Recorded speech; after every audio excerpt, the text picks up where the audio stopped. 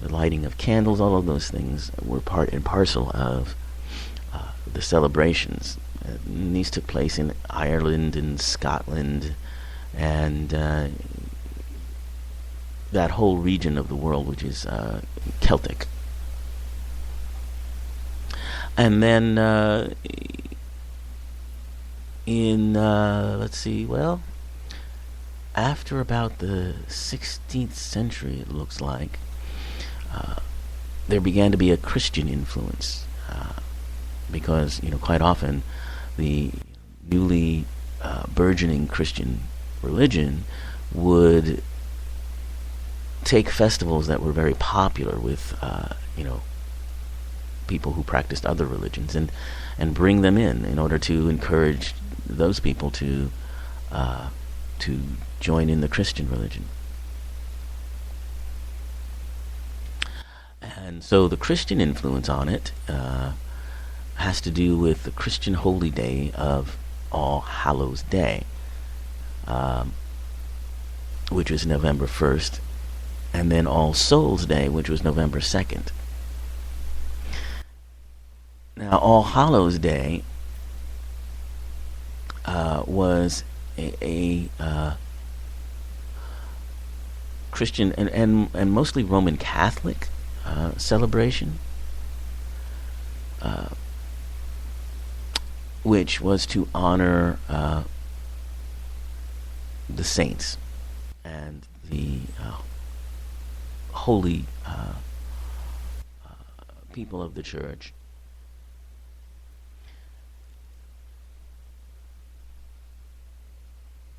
And so then All Souls Day had to do with commemorating those who had passed away.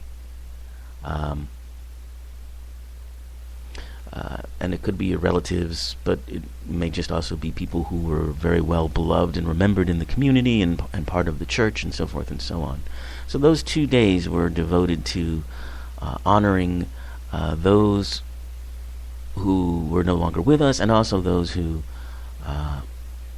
like saints who were considered to be still with us in many ways, just not on a physical level. And so Halloween, being the day before All Saints Day, All Hallows Day, gets its name from the eve of All Hallows Day, or Hallow Eve, or Halloween. And so then it began to become, incorporated into the Christian church, and this was about, they trace it back to Pope Gregory III, which is around 731 AD.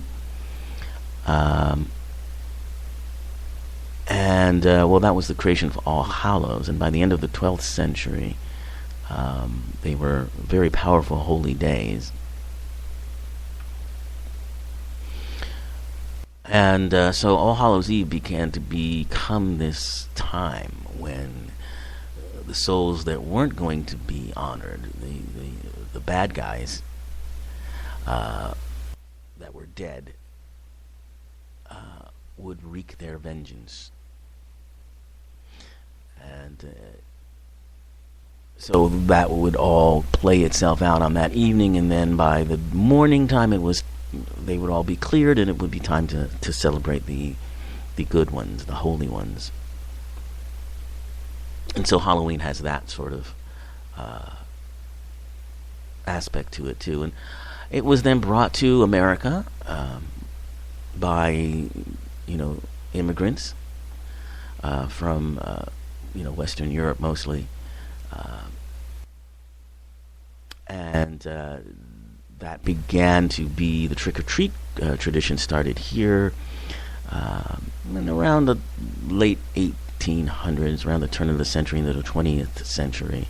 There began to be parties, and more and more as you get into the 20th century, Halloween's moving away from being a religious holiday and becoming secular.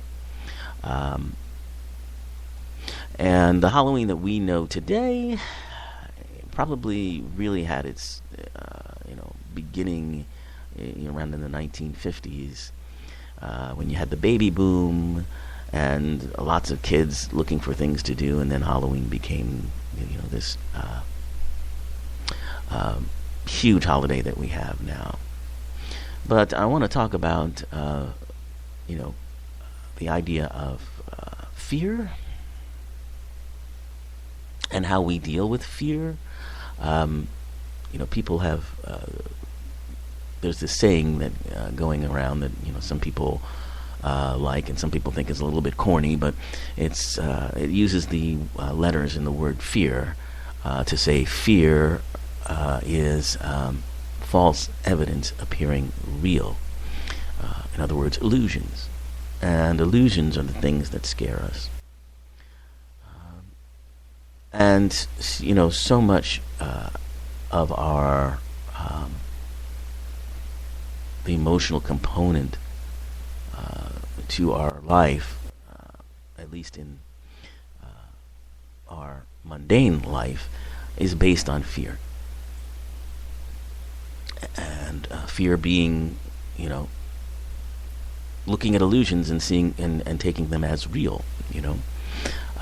We live in this state almost all the time. That's why, as I mentioned in the show, we take a look at the days and weeks events, and we pull ourselves out of that fear and recognize these things as illusions, things that we are, creating and playing with, but take a step back while we interact with them in a way in which, they feel real. We also can have an awareness that there's more. There's something beyond that, and that these are not as real as they might appear. So I think the idea of horror films, watching horror films, is a good metaphor for that, because we engage in these, scary movies, and they give us a fright, and they send, chills up your spine, and it always, it kind of, I think it triggers in people sort of a feeling of mastery, but also it also brings up the things that they are frightened of, and maybe makes them think about why that they might be frightened. Some of the, of course, some of the movies tend to be just about, blood and guts and that kind of thing. And why that's kind of gross, that's one, aspect of fear, is just kind of the, gross factor. Another is, a more refined sense of, just being in the unknown, or the idea that there are things out there that we don't understand. Not knowing is probably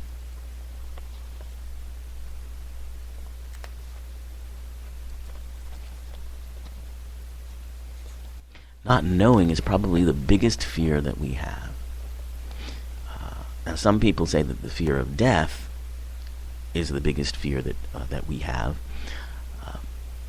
But I would say, that comes from a fear of the unknown, because we don't know, although we know on a higher level, I truly believe we do, but on the kind of level that we live our lives in, from a quantifiable or empirical level, on a material level, we just don't know what death is. We don't know what happens after death. And so it's a big question mark. It's the unknown. Nothing represents the unknown more than death. So I feel like our main fear is not death so much as the unknown, and death kind of represents that.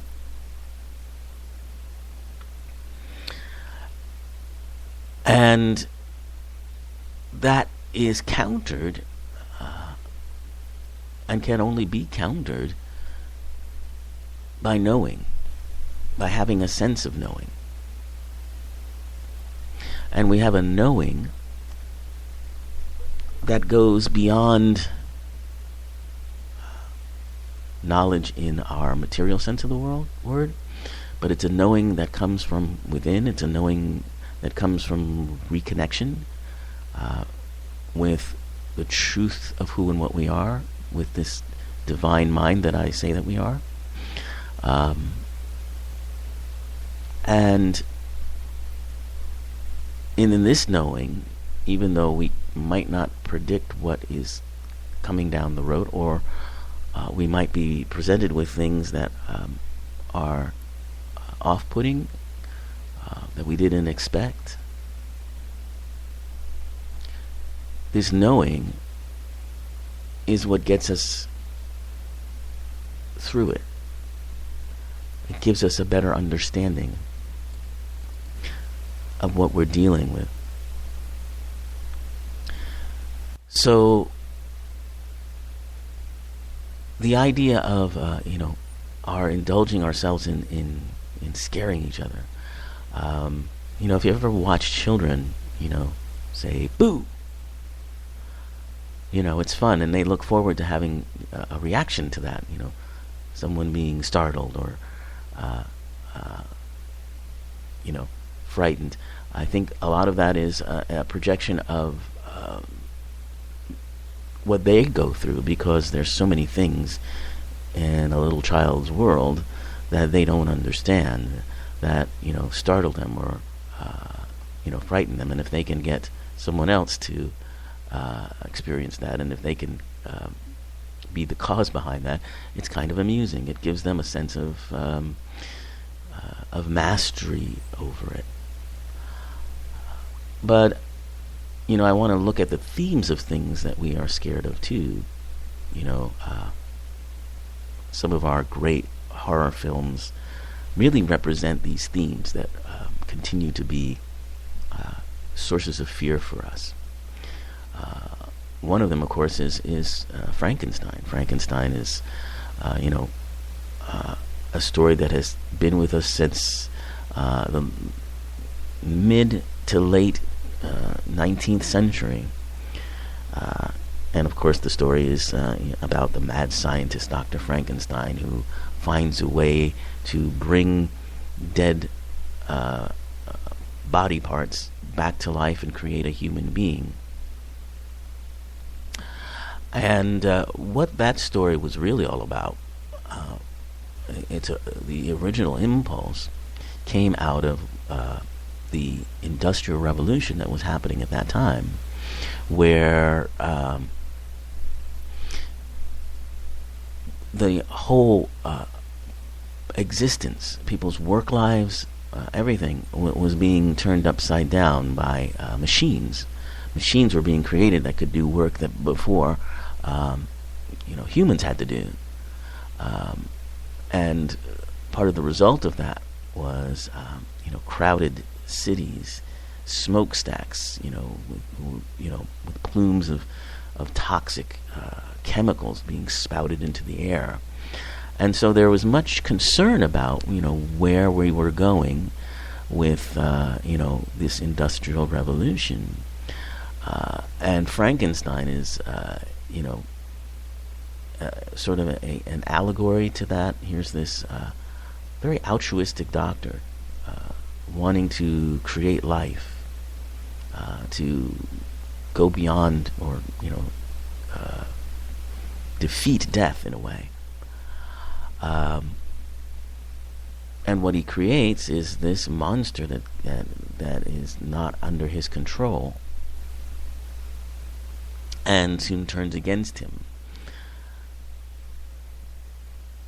And this story, has continued to be told and retold in, different versions of it. And most people think, so many scholars relate it to, now the fear is the fear of not the Industrial Revolution anymore, but it's the fear of technology. Our technology is changing so rapidly. And it can be so confusing at times that there's always been a fear or nagging kind of concern that Uh,